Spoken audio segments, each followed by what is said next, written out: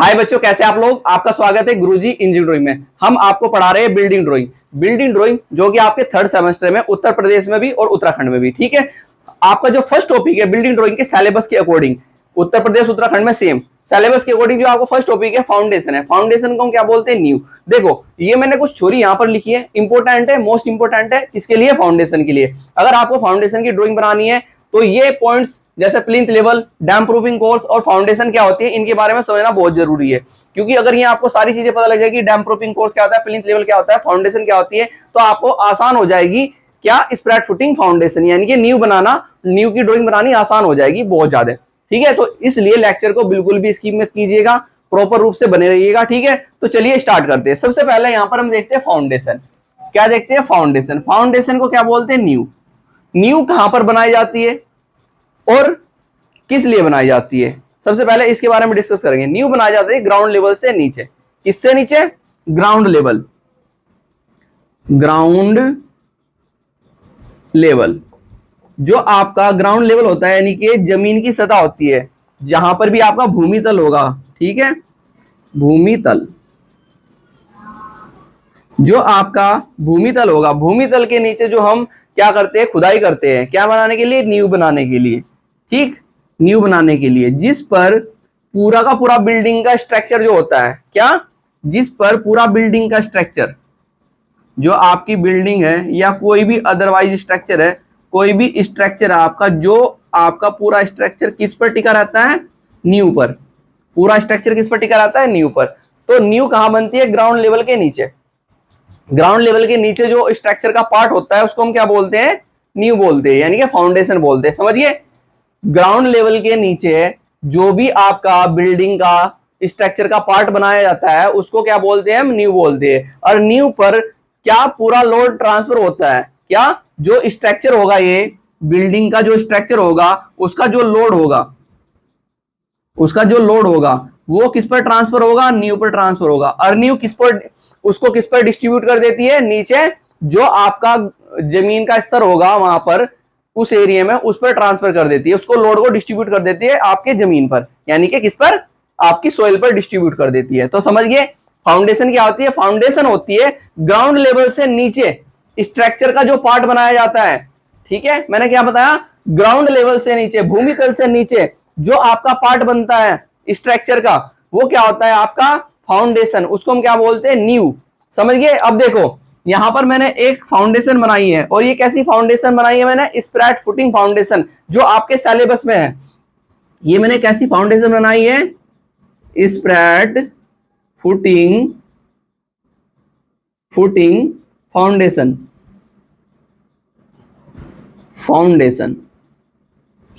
ये कैसी फाउंडेशन बनाई मैंने? Spread footing foundation. विस्तृत पाद न्यू। विस्तृत पाद, ये हिंदी में नाम है इसका भाई, न्यू। ठीक है, ये हमने स्प्रेड फुटिंग फाउंडेशन बनाई है। ठीक, अब देखो ग्राउंड लेवल, ये लिखा है मैंने। ग्राउंड लेवल को हम शॉर्ट में लिख सकते हैं G for ground, L for level. ठीक है, G for ground, L for level.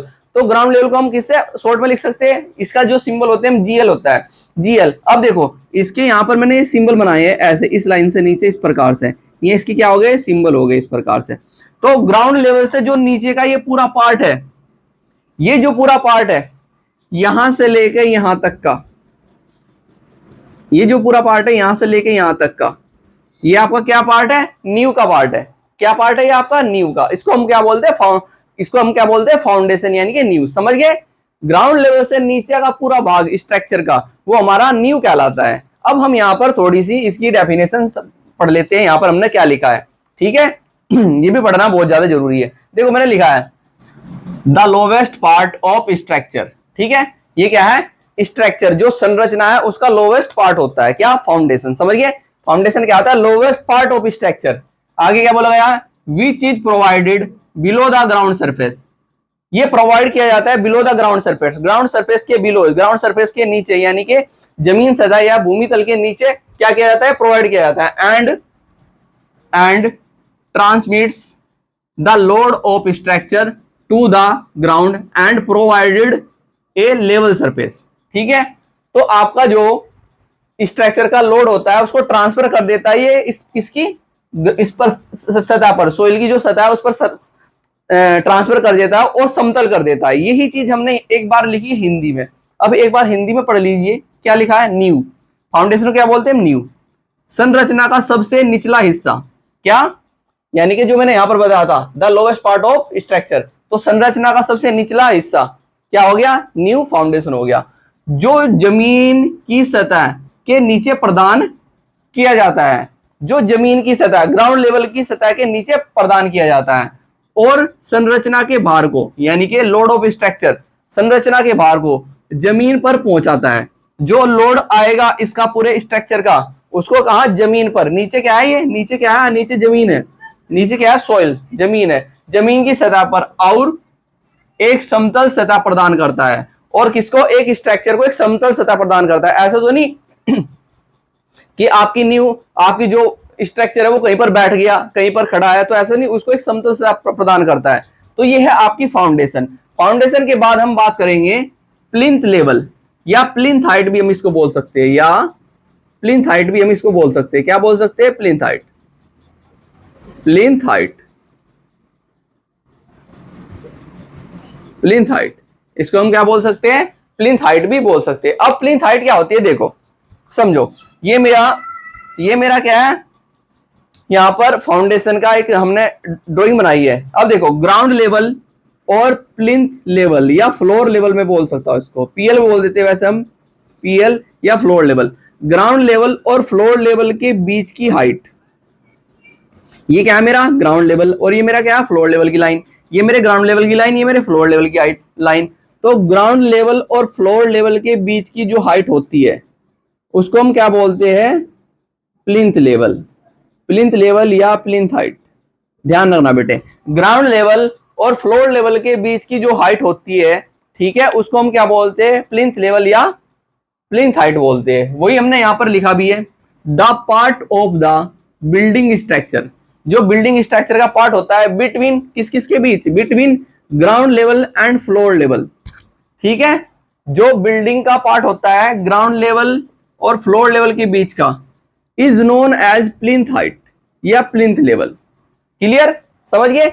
Ground level और प्लिंथ लेवल, फ्लोर लेवल के बीच की हाइट को क्या बोलते हैं? Plinth level. और ये कितनी ली जाती है?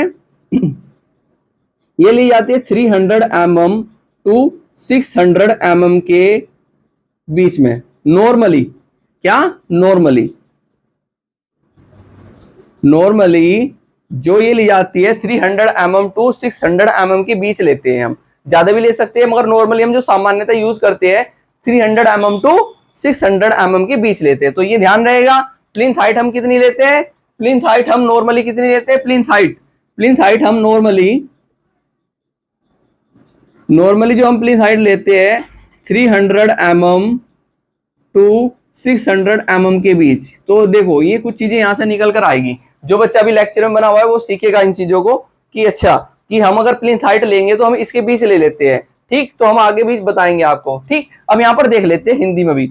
भवन संरचना का जमीन सतह यानी कि ग्राउंड लेवल और फर्श सतह यानी कि फ्लोर लेवल के बीच का भाग कुर्सी की ऊंचाई के रूप में जाना जाता है।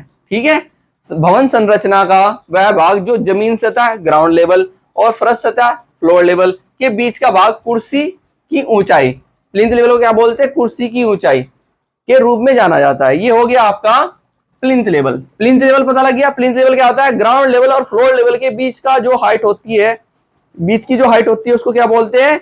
प्लिंथ लेवल या प्लिंथ हाइट। ओके, अब हम बात कर लेते हैं dam proofing course. Dam proofing course क्या होता है? सील रोक रद्दा या सीलन रोक रद्दा, सीलन रोक रद्दा या सील रोक रद्दा, dam proof course. Dam proof course क्या होता है कि कोई भी आपकी संरचना है या कोई भी बिल्डिंग को की संरचना है, उसमें जो नमी आएगी उस नमी को प्रिवेंट करने के लिए, उस मॉइस्चर को रोकने के लिए हम क्या एक कोर्स देते हैं, एक रद्दा देते हैं। हम एक रद्दा देते हैं किसका? सील रोक या सीलन रोक रद्दा। उसको हम क्या बोलते हैं? डैम प्रूफिंग कोर्स बोलते हैं। मैंने क्या बताया कि किसी भी बिल्डिंग स्ट्रक्चर को सेफ रखने के लिए, किससे? मॉइस्चर से। मॉइस्चर से सेफ रखने के लिए हम एक रद्दा प्रोवाइड करते हैं, एक कोर्स प्रोवाइड करते हैं, जिसको हम डीपीसी डैम प्रूफ कोर्स बोलते हैं। ठीक है, तो डैम प्रूफ कोर्स जैसे हमारी फाउंडेशन है, फाउंडेशन नीचे से, फाउंडेशन में से नीचे यानी कि जमीन में से नीचे से नमी होगी भाई। अब नमी को क्या करती है, ब्रिक ऑब्जर्व करती है नमी को, ब्रिक ऑब्जर्व करेगी तो वो ऑब्जर्व करेगी तो ऊपर ऐसे जाता जाएगी, वह नमी ऊपर ऐसी जाती जाएगी। अगर हम बीच में कहीं पर डैम प्रूफ कोर्स नहीं देंगे, सीलन रोक रद्दा नहीं लगाएंगे, तो वो नमी क्या होगी, वो नमी ऊपर जाती जाती वॉल में, देखते हैं ना कभी कभी वॉल में ऊपर आ जाती है नमी, तो वॉल में ऊपर कहीं आ जाएगी, और जिससे आपकी ऊपर का जो स्ट्रक्चर है जो आपको दिखाई दे रहा है, उसके आपकी ब्रिक्स के प्लास्टर के टूटने या खराब होने के चांसेस बढ़ जाते हैं। ठीक है, तो इसलिए हम क्या लगाते हैं, सीलन रोक रद्दा लगाते हैं। अब ये देखो क्या होता है सीलन रोक रद्दा। सीलन रोक रद्दा क्या होता है, to keep the building safe, building को सेफ रखने के लिए, किससे, moisture certain prevent, moisture certain prevent major area, कुछ मेजर एरिया पर। ठीक है, adopt which are named damp proofing, यानी कि देखो इमारत को नमी से सुरक्षित रखने के लिए, इसको इमारत को यानी कि बिल्डिंग को नमी से सुरक्षित रखने के लिए कुछ निवारक उपाय अपनाए जाते हैं, जिन्हें सीलन रोक रद्दा कहा जाता है। ठीक है, जैसे ये फाउंडेशन है, प्लिंथ लेवल से फ्लोर लेवल के नीचे, फ्लोर लेवल के नीचे हम यहाँ पर पूरी नींव का जो स्ट्रक्चर होगा उसमें एक रद्दा लगाते हैं डीपीसी का। किसका, डीपीसी, हम एक डीपीसी का रद्दा लगाते हैं, और डीपीसी की जो थिकनेस होती है, डीपीसी का रद्दे की जो थिकनेस होती है, थिकनेस डीपीसी के रद्दे की जो थिकनेस हम लेते हैं नॉर्मली 2.5 सेंटीमीटर, 2.5 सेंटीमीटर यानी कि 25 mm लेते हैं, 2.5 सेंटीमीटर यानी कि 25 mm हम लेते हैं। यहां तक कोई कंफ्यूजन। अब फ्लोर लेवल के ऊपर, फ्लोर लेवल के ऊपर ये आपने लाइन देख रही है, ये भी क्या है, ये वॉल है। फ्लोर लेवल के ऊपर अब जो जाएगी, ये जाएगी आपकी वॉल, ये क्या है आपकी वॉल, दीवार, दीवार आपके सुपर स्ट्रक्चर की दीवार है, जो स्ट्रक्चर ऊपर जाएगा फ्लोर, किसके, फ्लोर लेवल के ऊपर जो आप लेकर जाएंगे वो दीवार लेकर जाएंगे। दीवार की खुद की अपनी थिकनेस होती है, उसके बारे में बात करेंगे। अब देखो यहां पर हम कुछ बात कर लेते हैं थोड़ी सी। ये मेरा क्या है, foundation of cement concrete block, ये क्या है मेरा, सीमेंट कंक्रीट ब्लॉक, ये मेरा क्या होता है, सीमेंट कंक्रीट ब्लॉक होता है। ठीक, अब इस सीमेंट कंक्रीट ब्लॉक को ऊपर मैंने ये क्या लगाया, ब्रिक का एक रद्दा लगाया, ये जो क्या है, ये एक ब्रिक का रद्दा लगाया है। अब ब्रिक का जो मैंने रद्दा लगाया स्प्रैट फुटिंग फाउंडेशन में, इस साइड में मैंने कुछ जगह छोड़ी है, ठीक है, और इस साइड में भी मैंने कुछ जगह छोड़ी है, दोनों साइड में छोड़ रखी। ठीक है, तो इधर भी ये भी सेम रहनी चाहिए, ये भी सेम। ये जो आपकी डिस्टेंस है या विड्थ है, विड्थ मान लेता हूं मैं इसको, जो ये आपकी विड्थ है और इधर भी जो आपकी ये विड्थ है, ये क्या होनी चाहिए, सेम होनी चाहिए। ये क्या होनी चाहिए, दोनों साइड में सेम छूटनी चाहिए, तभी तो बिल्कुल बीचों बीच आप जो पहला रद्दा लगाओगे कंक्रीट ब्लॉक के ऊपर, ये क्या है, फर्स्ट कोर्स, कंक्रीट ब्लॉक के ऊपर ये क्या है आपका, फर्स्ट कोर्स, यानी कि पहला रद्दा। कंक्रीट ब्लॉक के ऊपर जो फर्स्ट कोर्स लगाओगे तो वो बिल्कुल बीचों बीच लगना चाहिए, इधर भी सेम विड्थ इधर भी सेम विड्थ। ठीक है, तो इसको हम क्या बोलते हैं, ये जो हम छोड़ते हैं इसको हम क्या बोलते हैं, concrete projection on each side. इसको हम क्या बोलते हैं, कंक्रीट, मैंने शॉर्ट में लिखा concrete projection on each side.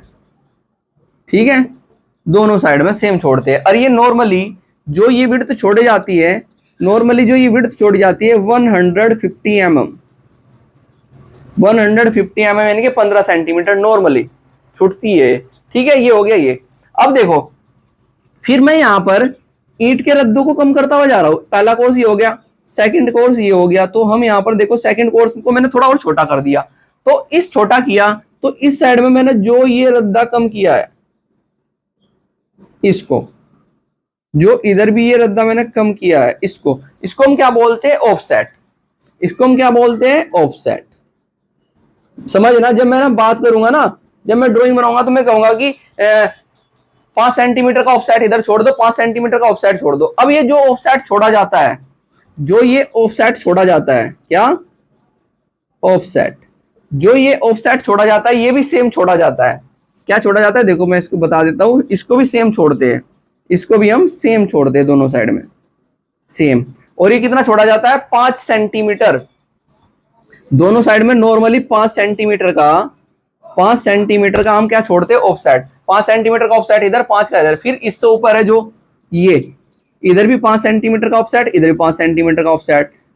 देखो फर्स्ट कोर्स में हम नॉर्मली जो होता है कंक्रीट प्रोजेक्शन ऑफ इस साइड में हम लगभग 150 mm यानी कि 15 सेंटीमीटर के लगभग छोड़ते हैं। उसके बाद जितने भी ऑफसेट हम छोड़ेंगे, जैसे इधर का ऑफसेट हो गया, इधर का ऑफसेट, तो ये भी ऑफसेट 5 सेंटीमीटर और इधर भी ऑफसेट 5 सेंटीमीटर का छूटेगा, तो हम इसको क्या बोलते हैं, ऑफसेट बोलते हैं। ध्यान देना। अब देखो ये तो ऑफसेट हो गया भाई, जो हमने ये यहां पर इसकी थिकनेस दी है, ब्रिक थिकनेस, ये कितनी मोटाई की ब्रिक थिकनेस उठाई है, इसको हम क्या बोलते हैं, फुटिंग। इसको हम क्या बोलते हैं, फुटिंग। इसको हम बोलते हैं फुटिंग। ठीक है। अब ये आपका ग्राउंड लेवल हो गया, यहाँ पर आपकी क्या आ गई, डीपीसी आ गई, ये आपका फ्लोर लेवल हो गया।